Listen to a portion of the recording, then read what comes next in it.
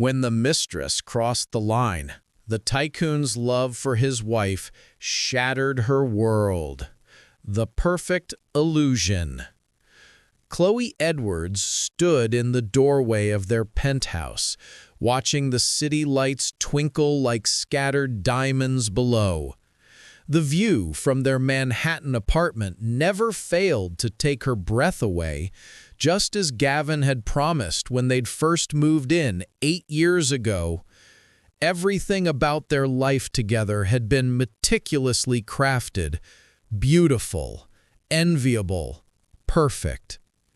"Mommy, can you read us a story?" 7-year-old Emma tugged at her silk robe, her eyes wide with hope. Chloe smiled, pushing aside the strange unease that had been creeping into her thoughts lately. "Of course, sweetheart. Go get your brother." As Emma scampered off, Chloe glanced at her phone. 10:47 p.m. Gavin was late again, the third time this week. She typed out a quick message, "When will you be home?" The response came almost immediately, "Soon, don't wait up." Something about those two words, "don't wait up," felt cold, dismissive.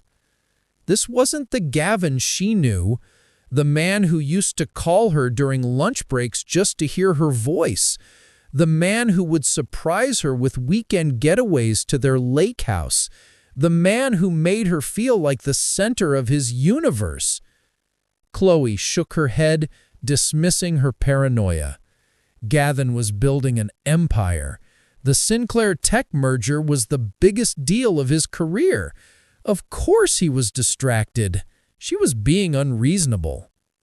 After tucking the children into bed with their favorite story, Chloe retreated to their bedroom. She tried to focus on the latest design proposal for the Vanderbilt estate renovation, but her mind kept drifting. The late nights, the phone calls he took in his study with the door locked, the way he'd started showering immediately after coming home, even before greeting her properly. She grabbed her wine glass, taking a long sip, when her phone buzzed with a notification. A tagged photo on social media from a business conference in Boston 2 weeks ago.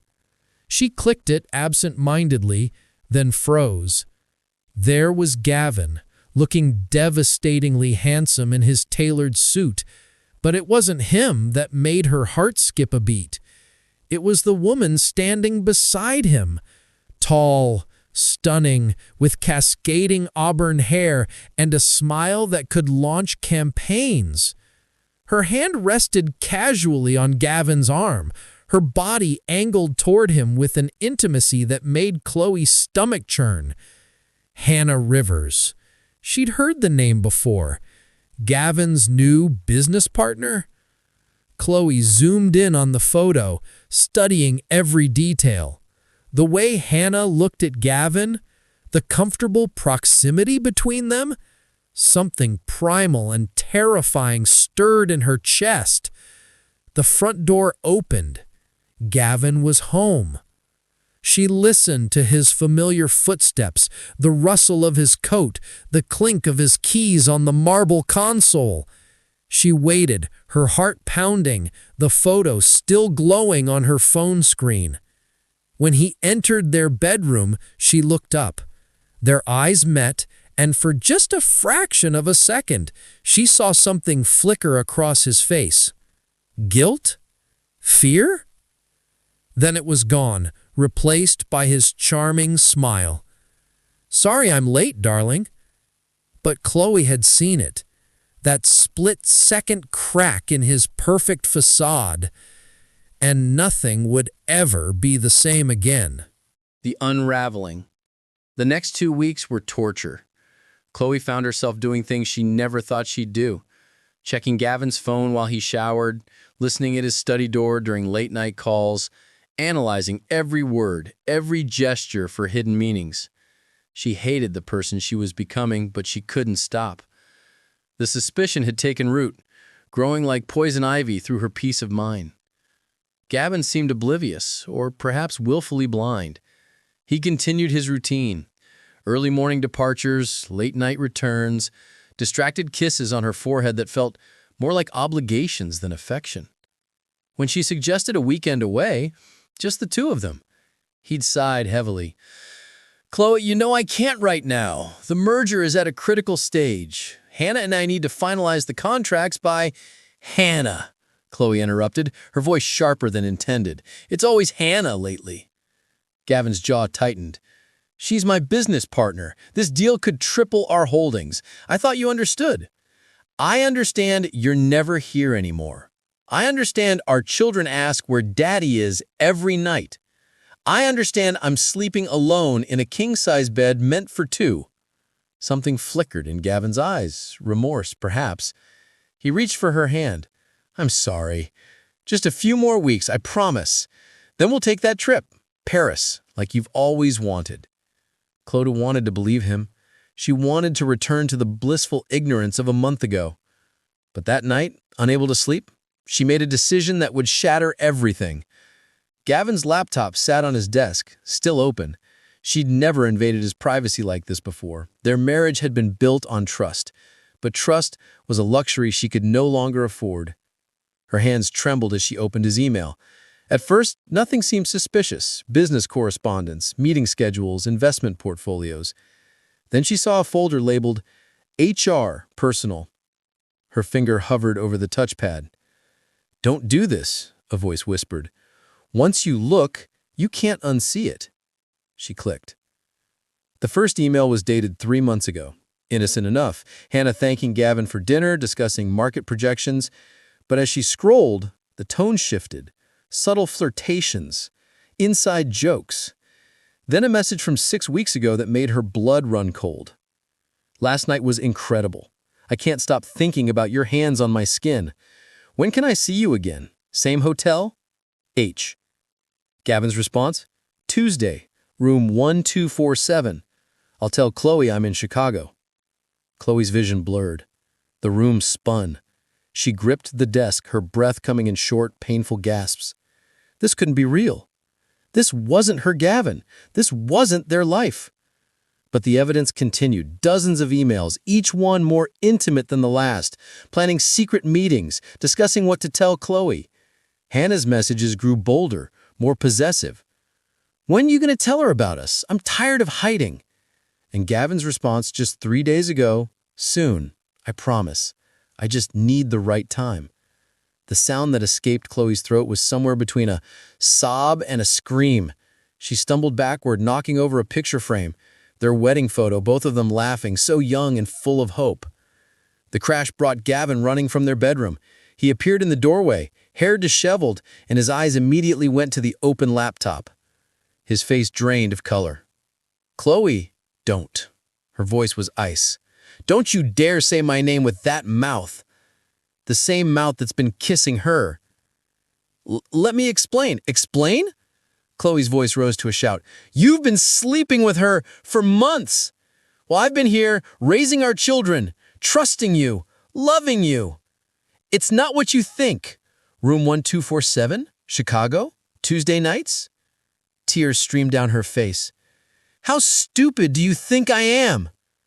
Gavin stepped forward, hands outstretched, but Chloe recoiled as if he were poison. "Don't touch me. Don't ever touch me again." For the first time in 15 years of knowing him, Chloe saw Gavin Sinclair truly broken. But it was too late. The man she'd loved, the father of her children, the partner she'd built a life with, he was a stranger wearing a familiar face, and her world was burning to ashes. The confrontation. Chloe didn't sleep that night. She sat in the guest room, staring at the walls as dawn crept through the curtains, painting everything in shades of gray. Gavin had tried to talk to her 3 times, each attempt met with silence colder than any words could convey. Eventually, he'd retreated to his study, and she'd heard him on the phone, with Hannah, no doubt. The thought made her physically ill. By morning, a strange calm had settled over her.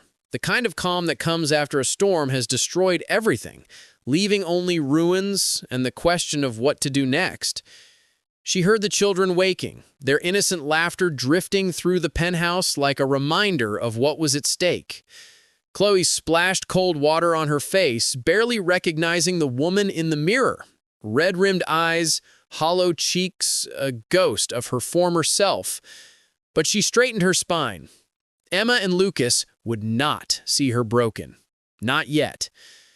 Breakfast was a surreal pantomime of normalcy. Chloe made pancakes while Gavin sat at the table, his usual confident demeanor replaced by something haunted. The children chattered about school, oblivious to the chasm that had opened between their parents overnight. After dropping the kids at school, Chloe made a call she never imagined making. "Rachel, it's me. I need you. Can you come over?" Her best friend arrived within the hour, taking one look at Chloe's face and pulling her into a fierce embrace. Over coffee that Chloe couldn't taste, she told Rachel everything. The emails, the lies, the double life Gavin had been living. "That bastard," Rachel hissed. "What are you going to do?" "I don't know." Chloe's voice was hollow. "Part of me wants to burn his entire world down. The other part..." She broke off, pressing her palms against her eyes. "We have children, a life, 15 years of history." "That history he destroyed," Rachel said firmly. "Chloe, you can't just..." The doorbell rang. Both women froze. Chloe wasn't expecting anyone. Through the security camera screen, she saw her, Hannah Rivers, dressed in a designer pantsuit, looking every inch the successful businesswoman. The audacity made my blood boil. "Is that..." Rachel's eyes widened. "His mistress," Chloe stood, something fierce and primal awakening inside her. "Stay here." She opened a door to find Hannah's confident smile faltering slightly. "Good. Let her be uncomfortable." "Mrs. Sinclair," Hannah said smoothly, "I hope I'm not intruding. I need to speak with Gavin about our future." "I know who you are," Chloe cut her off, her voice deadly quiet. "I know everything." Hannah's composure cracked, just for a moment. Then she recovered, tilting her chin up. "Then you know why I'm here. Gavin and I need to discuss our future." "Your future?" Chloe laughed, a bitter sound. "You think you have a future with him? You're nothing but a midlife crisis in designer heels." Hannah's eyes flashed. "Is that what he told you? That I'm meaningless? Because the man who spent the last 3 months in my bed told me something very different. He told me he's been unhappy for years, that you've become more of a business partner than a wife, that I understand him in ways you never could." Each word was a knife, precisely aimed. Chloe felt them hit their mark, but she refused to bleed in front of this woman. "He's using you," Chloe said coldly. "Men like Gavin don't leave their wives for their mistresses. We're the mothers of his children, the keepers of his image, the foundation of his empire. You're just entertainment." "We'll see about that," Hannah's smile turned cruel. "Because I'm pregnant, Mrs. Sinclair, and Gavin knows." The world tilted. Chloe gripped the doorframe, her knuckles white. "You're lying." "Am I? Ask him. Ask him about the appointment 3 days ago. Ask him why he's been so distracted lately." Hannah leaned in, her voice dropping to a whisper. "He has to choose now, and I don't think it's you he's choosing."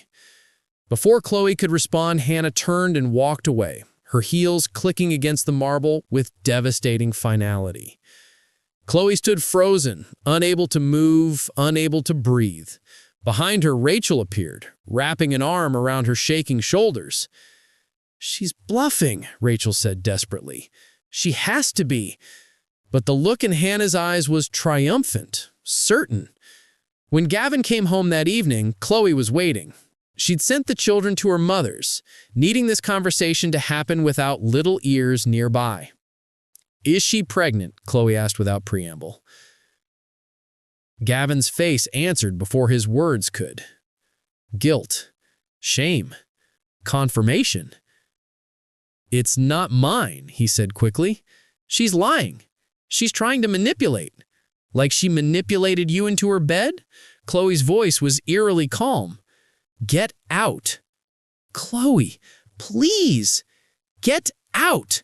The scream tore from her throat, raw and primal. Get out of my home. Get away from me. I can't even look at you. This is my home too. Not anymore. Chloe's eyes were dry now, all tears exhausted. You chose her. You chose this. Now live with it. Pack a bag and leave, or I swear to God, Gavin, I will destroy you. For the first time, Gavin saw the steel beneath his wife's elegant exterior, the woman he'd underestimated, the woman he'd betrayed. And as he walked out the door, suitcase in hand, he realized what he'd truly lost. Everything. The battle. 3 weeks passed in a blur of lawyer consultations, sleepless nights, and the Herculean effort of maintaining normalcy for Emma and Lucas. Chloe told them Daddy was working on a big project and staying at a hotel, a lie that tasted like ash but was necessary. They were too young to understand that their father had detonated their family from the inside. Gavin had tried everything: flowers, letters, showing up at her design studio with desperate pleas for forgiveness. Chloe refused to see him except through their lawyers. The penthouse felt empty without him, but it also felt cleaner, as if his betrayal had been a toxic presence finally purged. Then the media got wind of the story. Sinclair tech CEO in love triangle scandal, screamed the headlines. Tycoon's mistress claims pregnancy while wife files for divorce. Pictures of Hannah, glamorous and defiant, appeared everywhere. She'd given an interview to a major outlet, painting herself as the misunderstood other woman, claiming Gavin had promised her the world. Chloe's phone exploded with calls from reporters, former friends seeking gossip, and clients wondering if the scandal would affect their projects. Her privacy, her dignity, her carefully constructed life, all of it exposed and dissected for public consumption. But the worst came one afternoon when she picked up Emma from school. A group of mothers stood clustered by the gate, their conversation dying when they saw Chloe approach. The pitying looks, the whispers. Emma's hand tightened in hers. "Mommy, why is Mrs. Henderson looking at you funny?" "It's nothing, sweetheart," Chloe murmured, ushering her daughter quickly to the car. That night, Gavin called. Against her better judgment, Chloe answered. "The baby isn't mine," he said immediately. "I had a DNA test done. Hannah's been lying. She was seeing someone else the whole time." "I don't care," Chloe interrupted. "What?" "I don't care." Each word was deliberate. "Whether that child is yours or not doesn't change what you did. You betrayed me. You humiliated me. You destroyed our family. Chloe, I was wrong. I was so wrong. But I'm fighting to end things with Hannah. She won't let go. She's threatened to ruin the company if I don't. Then let her ruin it." Chloe's voice was ice. "Let her take everything. I hope she does." "You don't mean that. The company supports our lifestyle, the kids' education." "I mean every word.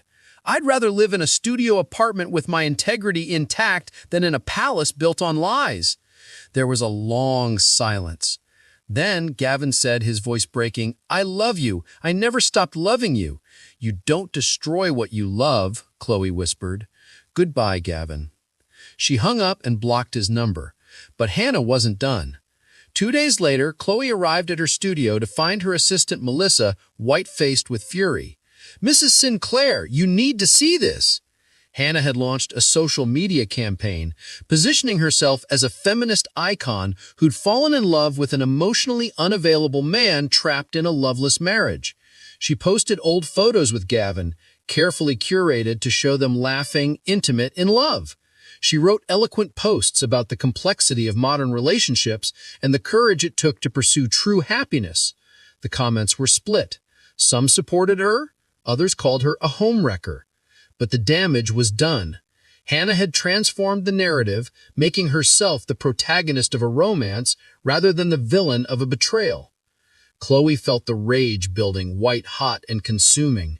She had stayed silent, taken the high road, protected her children from the ugliness. But Hannah had declared war. And if it was war she wanted, Chloe would give it to her. She made a call to Marcus Chen, the best PR strategist in New York, and an old friend from college. "Marcus, I need your help. I'm done being a victim in my own story." Within 48 hours, Marcus had orchestrated a carefully planned response. Chloe agreed to one interview with a respected journalist known for fair reporting. She wore a simple navy dress, minimal jewelry, and spoke with calm, devastating honesty. About the 15-year marriage built on love and trust. About discovering the betrayal and the calculated manipulation by a woman who targeted her husband professionally before seducing him personally. About the emails proving Hannah had bragged about landing a billionaire to her friends. About the DNA test results showing the baby wasn't Gavin's, despite Hannah's claims. But most importantly, Chloe spoke about her children, about protecting them from the wreckage, and about the strength it takes to walk away from a broken promise. The interview went viral. Public opinion shifted dramatically. Hannah's comment section filled with accusations and anger. Sponsors dropped her. Business partners distanced themselves. And Gavin? He watched from his hotel room, seeing his wife's strength and grace, and finally understanding the magnitude of what he had lost. He called his lawyer. "Stop the divorce proceedings. Whatever she wants. Give it to her. The penthouse, the assets, everything. I'm not fighting Chloe anymore." His lawyer cleared his throat. "Sir, with all due respect, that's not how this works. She has to agree." "Then make her agree. Tell her I'm not the enemy anymore. Tell her," Gavin's voice cracked, "tell her I'm sorry." But sorry wasn't enough. It had never been enough. The aftermath. 6 months later, Chloe stood in the study of her new townhouse, smaller than the penthouse, but it was hers, truly hers. The divorce had been finalized last week, surprisingly amicable once Gavin stopped fighting and started atoning. He'd given her everything she asked for: primary custody, the majority of their liquid assets, and his silence. Hannah had disappeared from their lives after the scandal destroyed her reputation. The baby, as the DNA test confirmed, wasn't Gavin's. She'd been playing a desperate game and lost spectacularly. Last Chloe heard, Hannah had moved to Los Angeles, attempting to rebrand herself as a lifestyle influencer. Chloe didn't care enough to check. "Mommy! Lucas took my drawing tablet!" Emma's voice echoed from upstairs. "Lucas, give it back!" Chloe called, smiling despite herself. Some things never changed. Her children had been remarkably resilient, adapting to the new routine of 2 homes, though she knew the emotional impact would surface eventually. She'd already lined up a family therapist for when they were ready. The doorbell rang. Chloe glanced at the security camera and felt her stomach clench. Gavin stood on her doorstep, holding a small gift bag, looking more humble than she'd ever seen him. She considered not answering, but Emma had already thundered downstairs. "Is that Daddy?" Chloe sighed and opened the door. "This isn't your day." "I know, He held up the bag. "It's Emma's birthday next week. I wanted to drop off her present early, make sure it was okay." Something in his demeanor was different, subdued. The cocky Tycoon had been replaced by a man who looked genuinely broken and uncertain. "Emma, honey, go get your brother. Daddy wants to say hi." As the children ran off, Chloe stepped outside, pulling the door partially closed. 5 minutes. Gavin nodded. "How are you?" "Surviving." She crossed her arms. "What do you really want, Gavin?" "I wanted to tell you in person, I'm stepping back from Sinclair Tech, promoting my COO to CEO. I've been in therapy, trying to understand how I became someone capable of hurting you like that." Chloe studied him, searching for manipulation but found only exhaustion. "Good for you, but that doesn't change anything between us." "I know." "God, Chloe, I know." His voice cracked. "I'm not here asking for forgiveness or another chance. I'm here because I needed you to know that you were right about everything. Hannah targeted me, yes, but I made the choice to betray you every single time, and I hate myself for it." "You should," Chloe said quietly. "What you did nearly destroyed me. There were nights I didn't think I'd survive the pain." "But you did." Gavin's eyes glistened. "You're stronger than I ever gave you credit for. You always were. I just never saw it because I was too focused on myself, my empire, my ego." Before Chloe could respond, Emma and Lucas burst outside, crashing into their father with enthusiastic hugs. Watching them together, her children with the man who'd broken her heart, Chloe felt a complex tangle of emotions. Anger, grief, but also, surprisingly, a small seed of peace. She would never forgive him completely. The trust was shattered beyond repair, but she could co-parent with him. She could model grace and strength for her children. She could show them that betrayal doesn't define you, how you rise from it does. After Gavin left, promising to see the kids on his scheduled weekend, Chloe returned to her study. A new design project waited, a boutique hotel in the Hamptons, her first major solo contract since the divorce. Her career, once overshadowed by being Gavin Sinclair's wife, was flourishing. Clients wanted her vision, her talent, not her husband's connections. Her phone buzzed. A text from Rachel. "Dinner Friday? There's someone I want you to meet. Just a friend, no pressure, but he's gorgeous and actually kind." Chloe smiled softly. Maybe not yet. Maybe not for a while. She was still healing, still learning to trust herself again, let alone anyone else. But someday? Perhaps. She'd spent 15 years being someone's wife, defining herself through that partnership. Now she was simply Chloe Edwards, mother, designer, survivor. And that was enough. As the sun set over her new neighborhood, painting the sky in shades of orange and pink, Chloe felt something she hadn't experienced in months. Hope.